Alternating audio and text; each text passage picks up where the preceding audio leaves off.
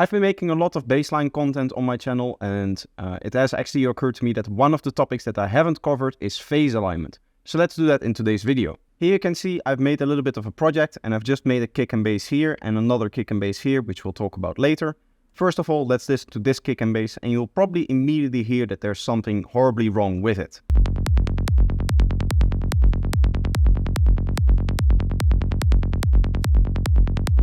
So let's have a look at what is happening here. A very good tool to have when you're doing kick and bass synthesis and creating your kick and bass is to have Psyscope.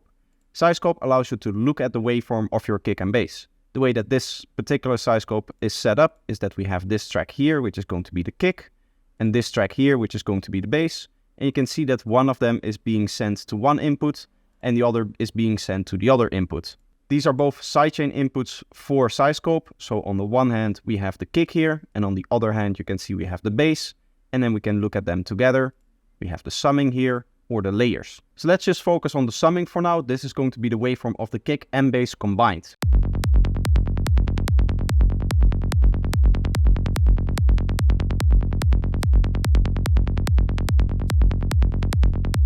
You can see it's jumping all over the place, especially here, and there's actually a really good reason for that, why it's happening especially here. So what you can see happening right here is that we have a very basic setup for bassline. We just have an LFO controlling the filter cutoff, and that's just being applied to the saw wave here. We have a little bit of an effect in here just to give it a little bit of extra stereo width. And then we have some processing, which in this case is done through M freeform phase, but there's other ways that you can do that. And then we have an equalizer as well as an LFO tool, which is used to shape the volume and make sure that there's no post-ringing right here when the kick plays. So that LFO tool is making sure that there's no issues here in terms of cleanliness.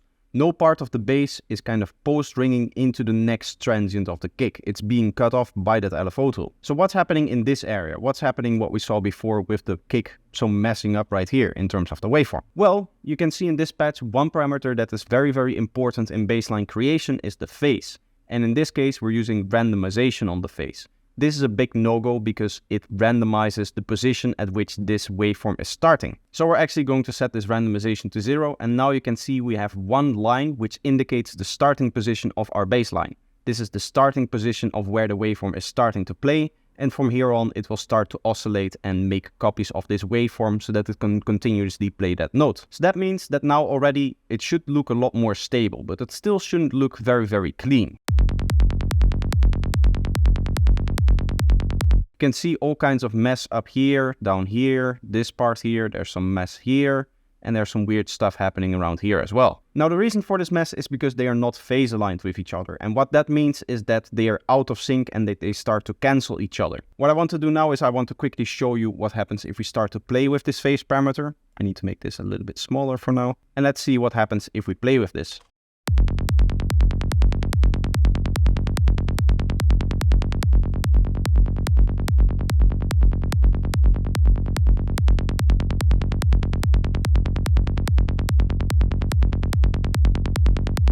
You can see that the waveform is starting to move along, and that's because we're changing the starting position of this wave. So you can imagine that this whole wave is starting to shift. So how do we get rid of all of this stuff here?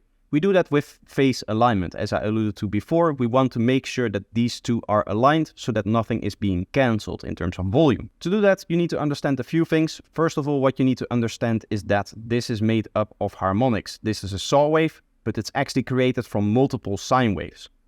If you click here, you can see all of those sine waves here. These are all of the individual sine waves, and these are all of its phases.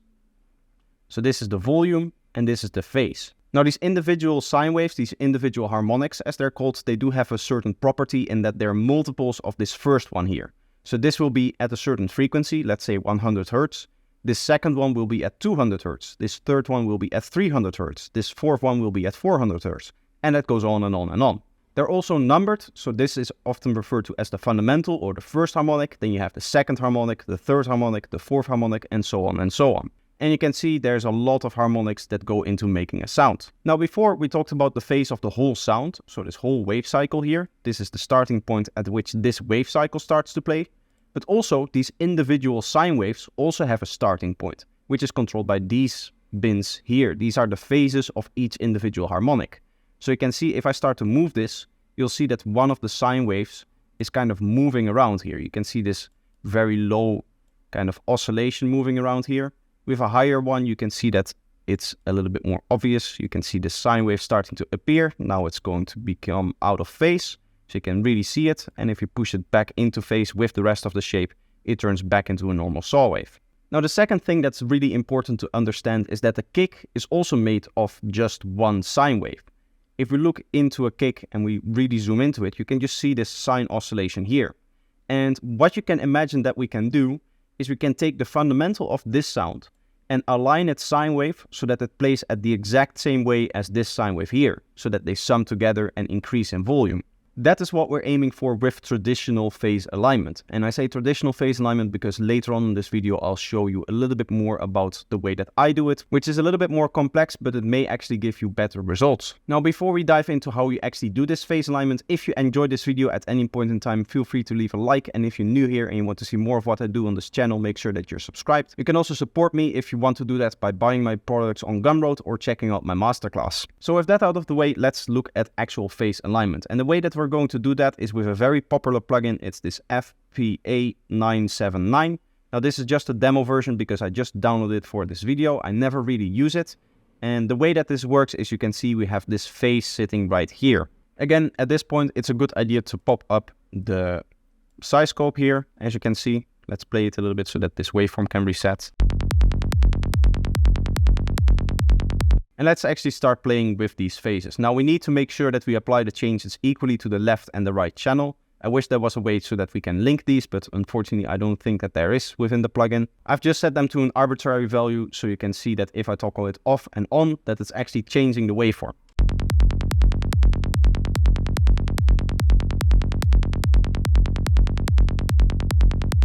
Now what this plugin actually does is it changes the phase of the fundamental, the first harmonic. So that would be equivalent to doing it here with this phase right here. The difference though is that this is a plugin, so you can insert it after your processing. This is something that you have to do after your processing, because with your processing you're actually changing the phase of all of the harmonics. That's actually the key thing of baseline processing in Psytrance. It doesn't really have to do with any saturation or compression that you might add. It's all of the filters that you're adding to apply those kind of processing.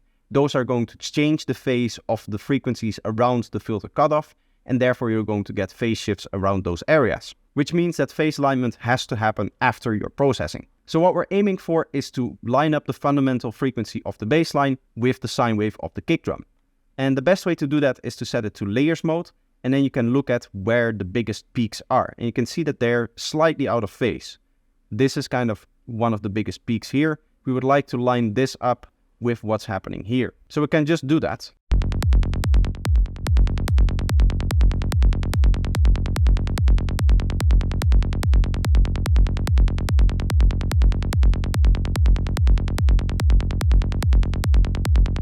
So you can see right now the way that I've aligned it is looking at this. This is both set to completely 90. This is obviously dependent on the baseline, so don't copy over these settings, but you should experiment with these settings. And the way that you can check if you've done it right is by zooming in. And you can see that some of these crossover points are actually very close together. Now, obviously, it doesn't have to be precise. And in fact, I would argue that it cannot be done precisely because when you're looking at a kick, this is not a stable sine wave. It's not a sine wave at one frequency. It's actually a sine wave that is still sweeping down a little bit because obviously there's a pitch modulation happening on the sine wave of the kick. That is what turns the normal sine wave into an actual kick drum sound. So now what you'll see for this part of the kick is that the sine wave kind of continues into the part where the bass line exists. You can still see there are some changes here. Obviously there's these little dips in there and there's little extra bits everywhere. But basically the sine wave of the kick is continuing, and that's because it's summing together with the sine wave of the fundamental. Now, one of the side effects from that is, as you can see, we have increased the volume massively here. If we turn off the bass, you can see that the volume is a lot lower of the kick itself.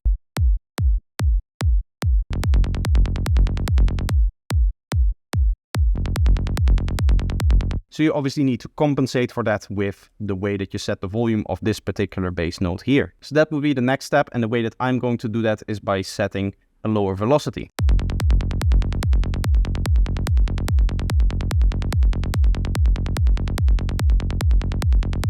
And now you can see we have a nice, clean looking, sine wave looking waveform. and it's kind of continuing into the part where the bass is. So that's the traditional way of doing phase alignment. Let's now look at my way of doing it. You can see from the way that I've set this up here that I've separated my notes for the bass line out in the parts that align with the kick or that overlap with the kick, and then the parts that don't overlap with the kick. And what that allows me to do is, if we look in here, we have the same kind of processing. I can go into this patch, and for the patch where those two elements overlap, I can go in there and I can remove the first harmonic. So you do that by removing this all the way down below like that. And now you have a saw wave without the first harmonic. Now you can see that the waveform changes massively doing that. You can see this does not have that very big oscillation happening, whereas this definitely does have that. You can see this big sine wave kind of existing in here. Don't worry about this part here. This is something else. This has to do with baseline cleaning, and that's also something that I've already talked about in another video. But you can see that right here we don't have that oscillation, whereas here we do. So what does that mean for our phase alignment? Well, obviously we cannot phase align in the traditional way because there is no fundamental frequency in this part. We cannot phase align to something that doesn't exist. What we can do though is we can phase align to the loudest part. In this case it would be here, but most often what I tend to use is the transient. With the way that I'm going to be mixing this bassline and processing it further in the mixing stage, the transient ends up being a very good candidate for the loudest part of your bassline. So what I personally like to do is I like to make space for my transient in the kick itself. And the way that you do that is by making sure that this transient doesn't hit on one of these peaks here. If we look into the kick right here, we can see that right now it's very close to getting to that point where you say, well, this is going to be on a transient itself. So what that means for us is we need to make sure that right here where the transient is going to exist, this is going to be lowered. So right here, the transient will be around a zero crossing or very close to silence. Now, in theory, these kicks that I've got right here should already be doing that. What can happen here is that our size scope is a little bit out of time. The easiest way to check that is looking at the front, and you can see there's a little bit of silence, which means that our size scope is slightly out of time. We should be able to fix that.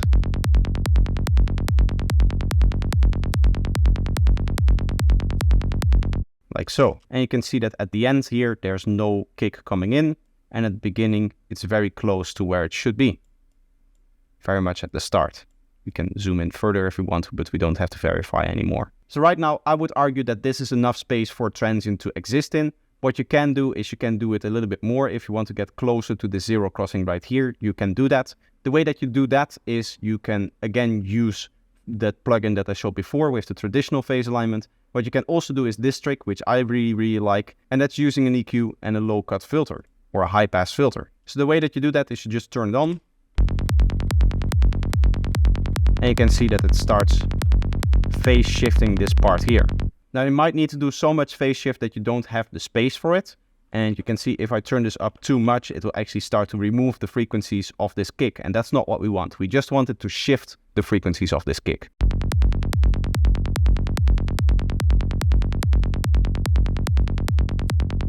You see that if I set it too high, that it becomes too much. So we'll set it a little bit lower. And what we can do is we can just duplicate this EQ. And now we have twice the effect and we can tweak it some more.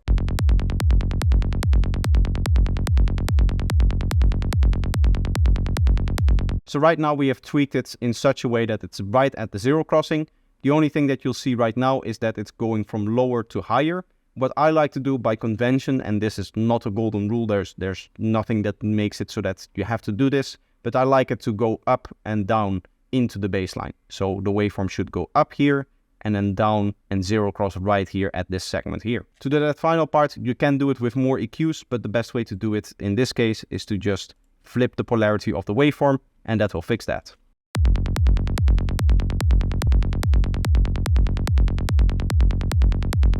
Now there's a little bit of a side effect with this technique. If I zoom out, you can probably see it happening already. And that is that our kick has become longer. If we turn this off and we play it again, you will see that it actually removes this part of the kick. And we don't want that because this is the part where this part of the bass is. And as I said, there we have a fundamental and we don't want those things to overlap.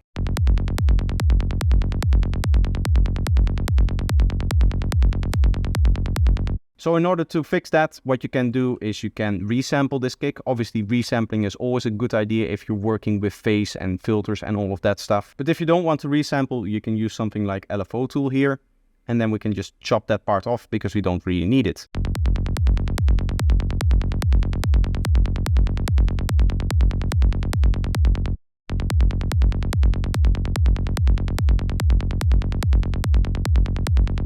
And now you see we have a phase aligned kick and bass, which is neatly controlled and neatly sitting in this part here. Again, as before, we have to look at the summing and we have to determine what the volume of this note is going to be right here. And the cool thing about this technique is that I can just do that with the mixer channel. I don't have to go into the mini clip and set velocities. So I can go lower here and I can just set it to whatever I want.